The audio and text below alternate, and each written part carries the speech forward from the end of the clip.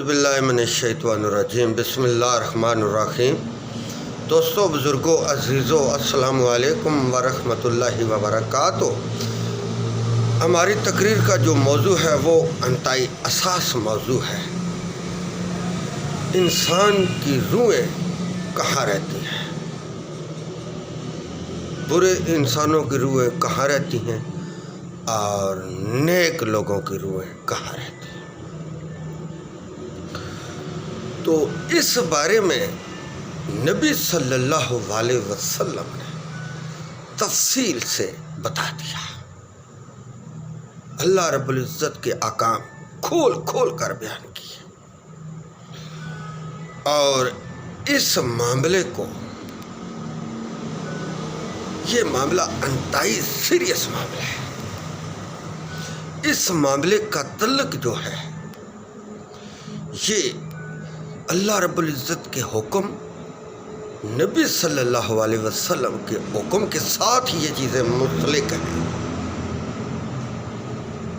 یہ چیزیں منسلک ہیں، یہ الگ نہیں ہے۔ اللہ اور اللہ کے رسول کے احکام کے مطابق زندگی گزارنا،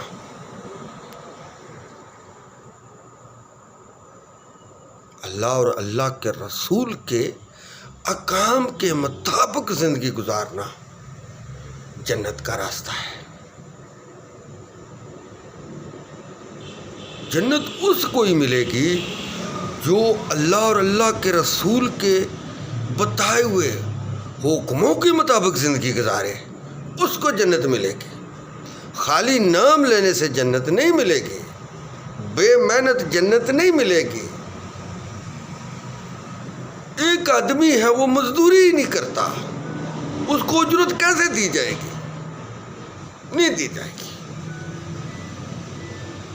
جو جنت کے لیے اللہ رب العزت کی عبادت ہی نہیں کرتا، اس کو کیسے جنت ملے گی؟ نہیں مل سکتی۔ جو اللہ کے ساتھ شرک کرتا ہے، اس کو کیسے جنت ملے گی؟ کوئی جنت عام چیز ہے، وہ آدمی چلا جائے گا؟ جنت میں جانے کے لیے تیاری کرنی پڑتی ہے۔ دنیا میں جنت کی تیاری کرنی پڑتی ہے، آخرت کی تیاری کرنی پڑتی ہے۔ یہ اللہ ہی بہتر جانتا ہے کہ اس تیاری میں ہم پاس ہوتے ہیں یا فیل ہوتے ہیں۔ نبی صلی اللہ علیہ وسلم نے جنت کی تیاری کا عمل جو ہے وہ بتا دیا۔ کلمہ، حج، زکوٰۃ، نماز، روزہ، یہ 5 بنیادی رکن ہیں اسلام کے، جن پر اسلام کی بنیاد کھڑی ہوئی۔ یہ 5 جز ہیں، 5 رکن ہیں۔ ان 5 رکنوں کا دائرہ ہے، اس میں ہر چیز پابند ہے، پابند ہے۔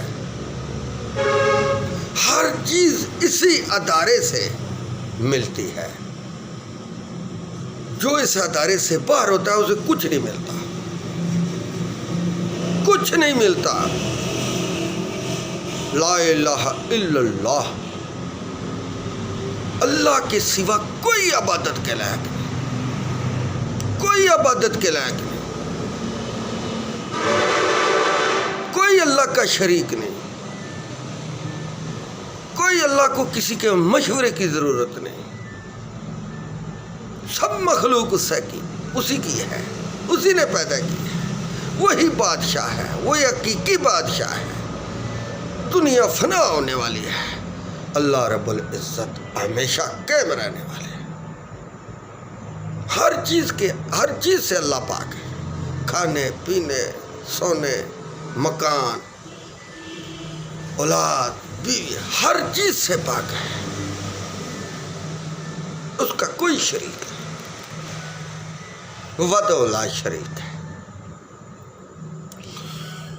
تو نیک روح اور بد روح کے بارے میں نبی صلی اللہ علیہ وسلم نے تفصیل سے مخلوق خدا کو بتا دیا۔ ان 5 اسلامی ارکان پر پابندی کرنے سے جنت ملے گی، ان پر پابندی نہ کرنے سے جنت نہیں ملے گی، پھر دوزخ ملے گا۔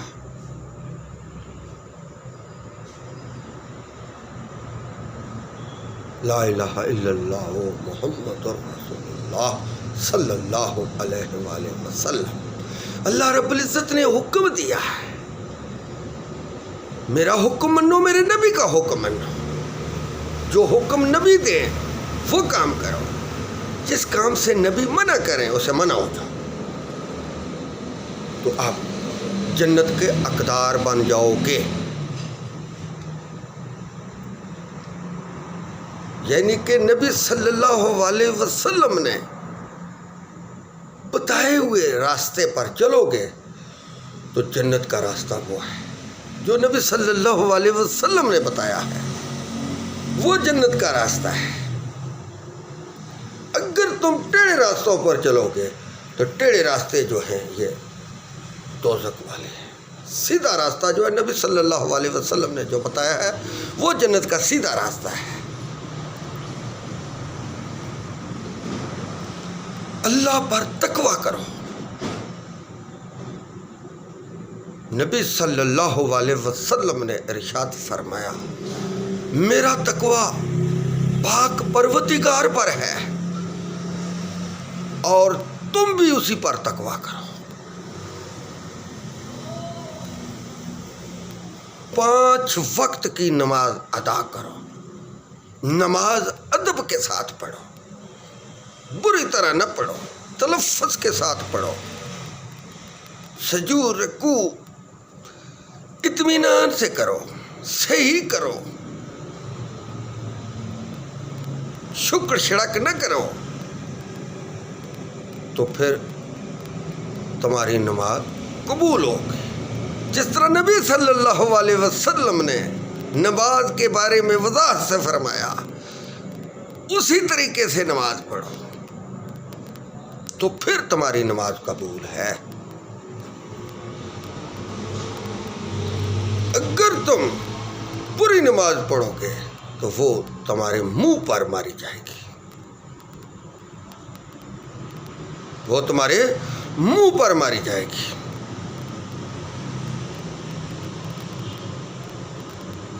جو نماز بے حیائی سے نہ روکے، جو نماز بے حیائی سے نہ روکے، برے کاموں سے نہ روکے، حرام کھانے سے نہ روکے، تو حسن بصری رحمۃ اللہ علیہ فرماتے ہیں کہ جو تیری نماز بے حیائی سے نہ روکے، حرام کھانے سے نہ روکے، سیدھا چلنے پر آمادہ نہ کرے، تو وہ نماز تیری نماز نہیں، وہ نماز تیرے منہ پر ماری جائے گی۔ آج ہم تھوڑی سی سخت باتیں کریں گے۔ انسان کو سوچنا چاہیے کہ اس کا عقیدہ کیسا ہے۔ نبی صلی اللہ علیہ وسلم نے عقیدے کے بارے میں کھول کھول کے بیان کیا، وضاحت سے بیان کیا۔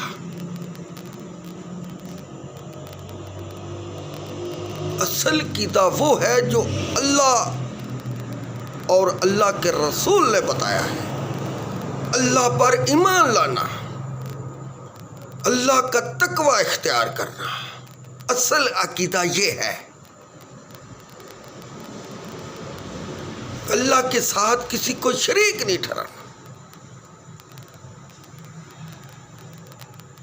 اللہ کے سوا کسی کی عبادت نہ کرنا۔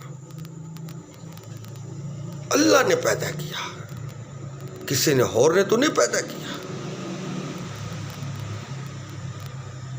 تو نبی صلی اللہ علیہ وسلم نے ارشاد فرمایا، میرا تقوی رب پر ہے اور تمہارا تقوی بھی رب پر ہونا چاہیے۔ تم بھی اللہ رب العزت کا تقوی اختیار کرو. میں نے بھی اللہ رب العزت کا تقوی اختیار کیا ہے، اسی پر میرا بھروسہ ہے، اور تم بھی اسی پر بھروسہ کرو. یہ ہے اصل عقیدہ. بیماری بھی اللہ دیتا ہے، شفا بھی اللہ دیتا ہے. کون شفا دے سکتا ہے؟ اللہ کے سوا کو دے سکتا ہے؟ نہیں دے سکتا. کون بیمار کر سکتا ہے؟ اللہ کے سوا کوئی بیمار نہیں کر سکتا. نہ کوئی بیمار کر سکتا ہے، نہ کوئی شفا دے سکتا ہے. شفا اور بیماری اللہ رب العزت کی طرف سے ہے. یہ تقدیر میں لکھ دی گئی ہے. یہ سب باتیں تقدیر میں لکھ دی گئی ہیں. کیا کرنا ہے؟ اللہ کا شکر ادا کرنا ہے. اگر شفا ملے تو تب بھی اللہ کا شکر ادا کرنا ہے. اگر شفا نہ ملے تو تب بھی اللہ کا شکر ادا کرنا ہے. یہ ہے اصل عقیدہ. یہ ہے اصل عقیدہ. جس طرح نبی صلی اللہ علیہ وسلم نے اللہ کے احکام بتائے، اس کے مطابق زندگی گزارنی، اس کے مطابق اللہ پر تقوی کرنا، تو پھر جنت کا انسان حقدار بنتا ہے. اللہ کے رسول نے ہمیں بتایا نیکی کرو، بدی سے باز رہو. نیکی کو پھیلاؤ، بدی کو روکو. بدی کو اس طرح روکو جتنا آپ کا وس چلتا ہے. نیکی کو اتنا پھیلاؤ جتنا تمہارا وس چلتا ہے.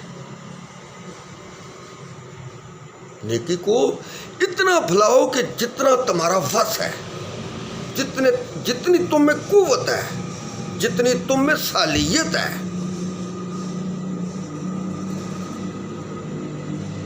اتنے پھیلاؤ.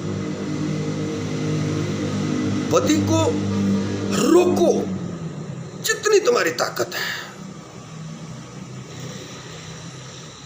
کوشش سے روکو. شریعتی قانون بھی نافذ کرو تو تب یہ برائی رکتی ہے اور اچھائی پھیلتی ہے. اگر اسلامی قانون ہی نافذ نہ ہو تو اس پر پھر کون عمل کرائے گا؟ آپ صلی اللہ علیہ وسلم کے زمانے میں شریعت نافذ تھی، اسلامی قانون نافذ تھا. 4 خلیفہ راشدین کے زمانے میں بھی اسلامی قانون نافذ رہا. شیخ عبد القادر، شیخ عمر بن عبد العزیز کے زمانے میں بھی اسلامی قانون نافذ رہا. کسی کی ضرورت ہی نہیں تھی کوئی غلط کام کر کہ دیکھے تو صحیح. ایسی کسی کی ضرورت؟ نبی صلی اللہ علیہ وسلم نے ارشاد فرمایا، اگر میرے بعد کوئی نبی ہوتا تو حضرت عمر رضی اللہ تعالیٰ عنہ تھے.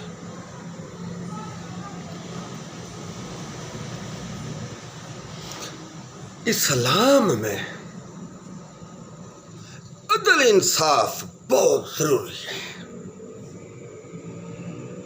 عدل اسلام، عدل انصاف یہ بہت ضروری چیزیں ہیں. یہ اسی جگہ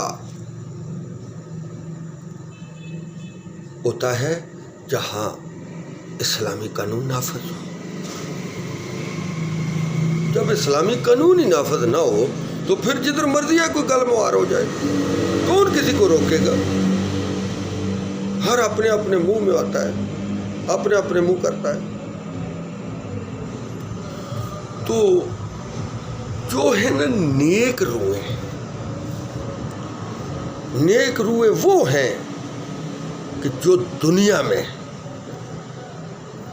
اللہ رب العزت کے ساتھ شرک نہیں کرتی تھی. جو انسان شرک نہیں کرتا، موت کا جو واقعہ ہے یہ میں آپ کو تھوڑا سا بتا دوں۔ موت کا واقعہ یہ ہے کہ انسان کے جسم کے اندر روح ہوتی ہے جو انسانی وجود کو حرکت دیتی رہتی ہے، یعنی کہ کھانا کھانا، روح ہو تو کھانے کی طلب ہوتی ہے، روح نہ ہو تو کون کھانا کھاتا ہے؟ مویا آدمی کھا سکتا ہے؟ نہیں کھا سکتا۔ روح کے ساتھ ہر چیز کا تعلق ہے، روح کے ساتھ ہر چیز کا تعلق ہے، کھانے کا تعلق ہے، نفسیاتی خواہشات کا تعلق ہے، ہر چیز کا تعلق روح سے ہے۔ جب وہ انسان کے بدن سے الگ ہو جاتی ہے تو بدن بے جان ہو جاتا ہے، ہر چیز سے محروم ہو جاتا ہے، پھر کچھ نہیں کھا سکتا، نہ کچھ پہن سکتا ہے، نہ کچھ اتار سکتا ہے۔ آپ دیکھتے ہیں کہ مردے جب انسان فوت ہو جاتا ہے تو پھر کوئی وہ حرکت کرتا ہے؟ زندے انسان اس کے کپڑے اتارتے ہیں۔ اس کا مطلب ہے کہ ہر چیز کا تعلق روح سے ہے۔ روح جب انسان کے بدن سے جدا ہو جاتی ہے اس کو موت کہتے ہیں، انسان بے جان ہو جاتا ہے، موت واقع ہو جاتی ہے۔ یہ ایک میں عام بات آپ کو بتا رہا ہوں۔ موت تو اللہ دیتا ہے، زندگی بھی اللہ دیتا ہے۔ ایک بات میں کر رہا ہوں کہ انسان جسم کے ساتھ تبھی ہر چیز کا تعلق بنتا ہے جب اس کے بدن میں روح ہوتی ہے۔ جب روح جدا ہو جاتی ہے تو پھر بدن کا تعلق ختم ہو جاتا ہے، ہر چیز سے ختم ہو جاتا ہے۔ ہاتھ اس کے کام نہیں کرتے، زبان اس کی کام نہیں کرتی، منہ اس کا کام نہیں کرتا، آنکھیں اس کی کام نہیں کرتی، پاؤں اس کے لتے اس کی کام نہیں ہوتی، جدھر مرضی ہے پڑا رہے۔ نہ اس کو سردی لگتی ہے، نہ اس کو گرمی لگتی ہے، نہ اس کو دھوپ لگتی ہے، اس کو نہ پنکھے کی ضرورت ہے نہ بجلی کی ضرورت ہے۔ کیوں؟ کہ اس کی روح سے نکل گئی۔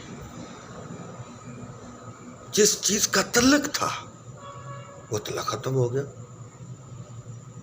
روح نکل گئی۔ جیسے ہم کہتے ہیں کہ جو انسان دنیا سے رخصت ہوتا ہے اس کا تعلق دنیا سے ختم ہو جاتا ہے، بدن کا تعلق دنیا سے ختم ہوتا ہے، روح کا تعلق دنیا سے ختم نہیں ہوتا۔ روح زندہ رہتی ہے، روح نہیں مرتی، صرف انسان کا جسم بے جان ہو جاتا ہے۔ جو نیک روح کون سی ہوتی ہے؟ جو اللہ اور اللہ کے رسول کے احکام زندگی گزارے، وہ نیک روح ہے، وہ پاکیزہ روح ہے۔ دنیا میں جب وہ روح رہتی ہے جسم کے ساتھ تو وہ اللہ رب العزت کے نبی صلی اللہ علیہ وسلم کے حکموں کے مطابق زندگی گزارتا ہے۔ روح بدن کے اندر ہوتی ہے نا، بدن کا حصہ ہوتی ہے، تو جب وہ نکل جاتی ہے تو پھر انسان نہ نماز پڑھ سکتا ہے، نہ روزہ رکھ سکتا ہے، نہ کچھ بھی نہیں کر سکتا، بے جان۔ اگر ساری زندگی ادھر پڑا رہے تو اس کو کوئی تکلیف نہیں ہے، نہ اس کو کچھ محسوس ہے دنیاوی۔ ویسے تو ایک آدمی آیا تو اس نے کہا کہ آپ کہتے ہیں کہ انسان کو عذاب ہوتا ہے، باہر ہو چاہے قبر میں ہو چاہے جدھر بھی ہو، اس کو عذاب ہوتا ہے، اللہ اس کو عذاب دیتے رہتے ہیں۔ تو اس نے کہا یہ ہڈی ہے میرے پاس، پتہ نہیں ہے والدہ کی ہے، والد کی ہے یا اور کسی کی ہے، یہ تو میرے ہاتھ میں ہے، مجھے تو کوئی محسوس نہیں ہوتی۔ تو حضرت علی شیر خدا رضی اللہ تعالیٰ عنہ نے کہا کہ 2 پکے کنکر لے آ، تو وہ لے گیا۔ جب حضرت علی رضی اللہ تعالیٰ عنہ نے اس کنکر کے اوپر کنکر مارا تو اس میں سے چنگاری نکلی، تو انہوں نے کہا اب ہاتھ لگاؤ پتھروں کو، پتہ ہے یہ گرم ہے، آگ تو دیکھیے تم نے نکلی ہے، جی دیکھیے۔ تو انہوں نے کہا آپ محسوس کر، یہ گرم ہے؟ تو اس نے کہا یہ تو ٹھنڈے ہے۔ انہوں نے کہا یہی بات ہے، اللہ رب العزت عذاب دیتا رہتا ہے لیکن انسانوں کو معلوم نہیں ہوتا، معلوم اسی کو ہوتا ہے جو اس دنیا سے کوچ کر جاتا ہے۔ انسان بیمار ہو تو اس کو تکلیف نہیں ہوتی، یہ دنیاوی تکلیف ہے۔ آخرت کی جو تکلیف ہے وہ الگ ہے، دنیا کی تکلیفیں الگ ہیں۔ اللہ تعالیٰ دنیا میں بھی تکلیف دے سکتا ہے اور آخرت میں بھی دے سکتا ہے۔ دوزخ جنت پر ہمارا ایمان ہے، مسلمانوں کا دوزخ جنت پر ایمان ہے، اچھی بری تقدیر پر ایمان ہے۔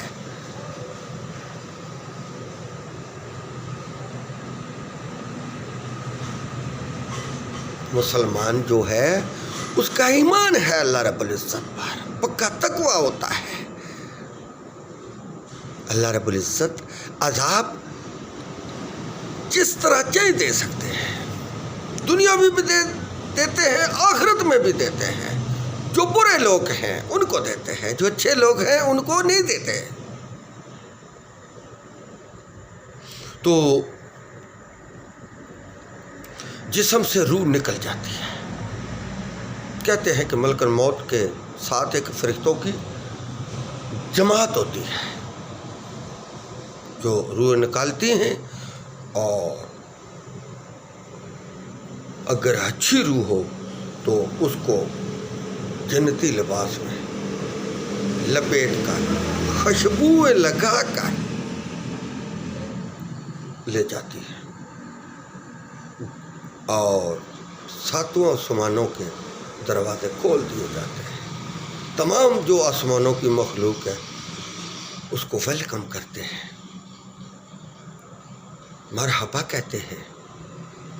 تو وہ فرشتے جب ملک الموت اللہ رب العزت کے عرش کے نیچے لے جاتے ہیں تو اللہ رب العزت اس کو ویلکم کرتے ہیں، اور یہ میری پاکیزہ روح ہے۔ تو وہ فرشتے پھر اس کو جنت میں چھوڑ دیتے ہیں، اور وہاں وہ پرندوں کی شکل میں پھرتی پھرتی رہتی ہے، پرندوں کی شکل میں۔ یہ تو ہے نیک روح کا ٹھکانہ۔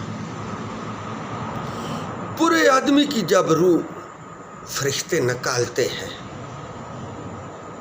برے طریقے سے نکالتے ہیں، برے طریقے سے تکلیف سے نکالتے ہیں، تو نکال کے کہتے ہیں کہ جو بری روح ہوتی ہے اس کو دوزخ میں سے ایک ٹاٹ لاتے ہیں، اس ٹاٹ میں اس کو لپیٹتے ہیں، تو ہر آسمان کے دروازے بڑی مشکل سے کھولتے ہیں۔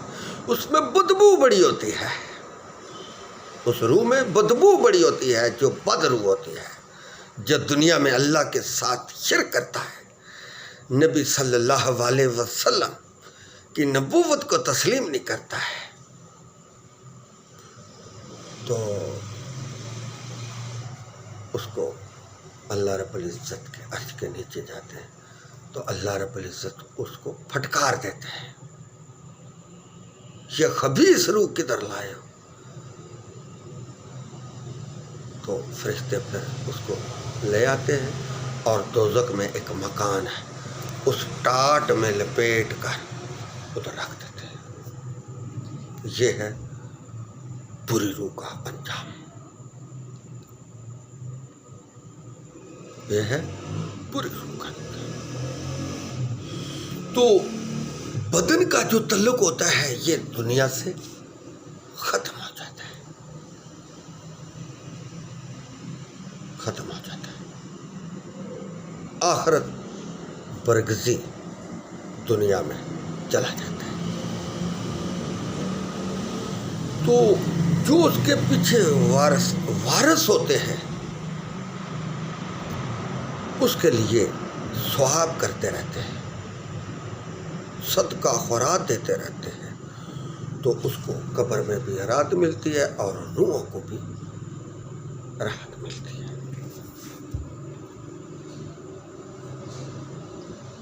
جو نیک ہوں،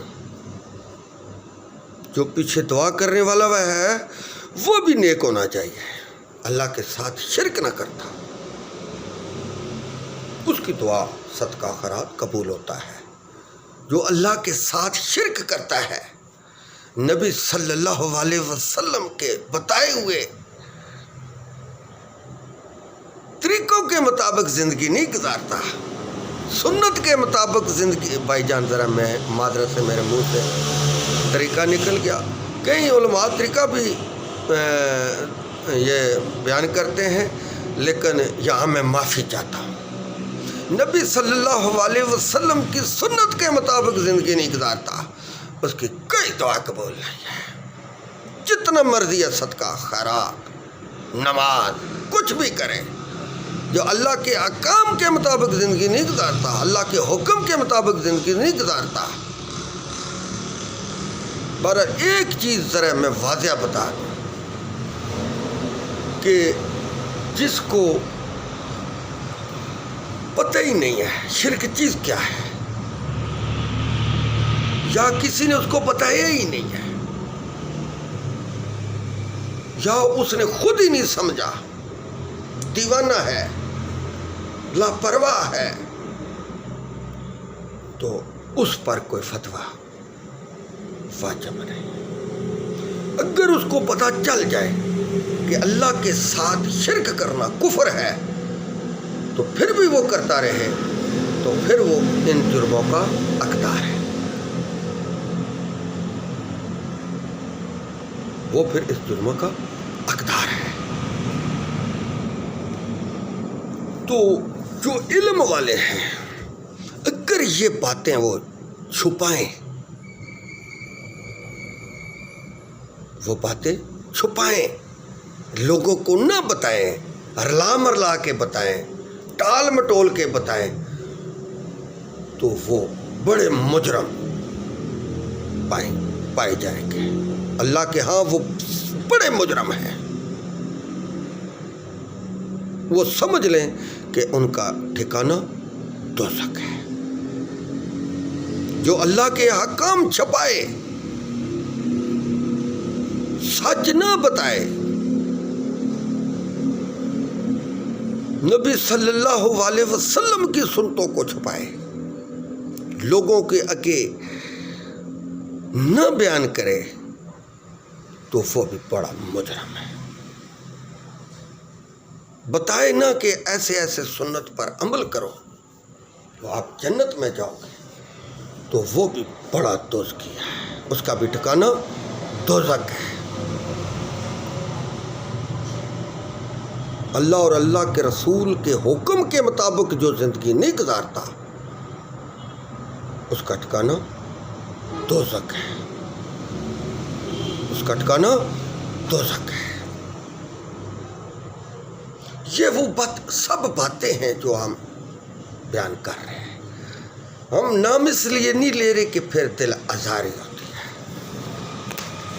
ہمارا موضوع اتفاق والا ہوتا ہے، اتفاق والا ہوتا ہے۔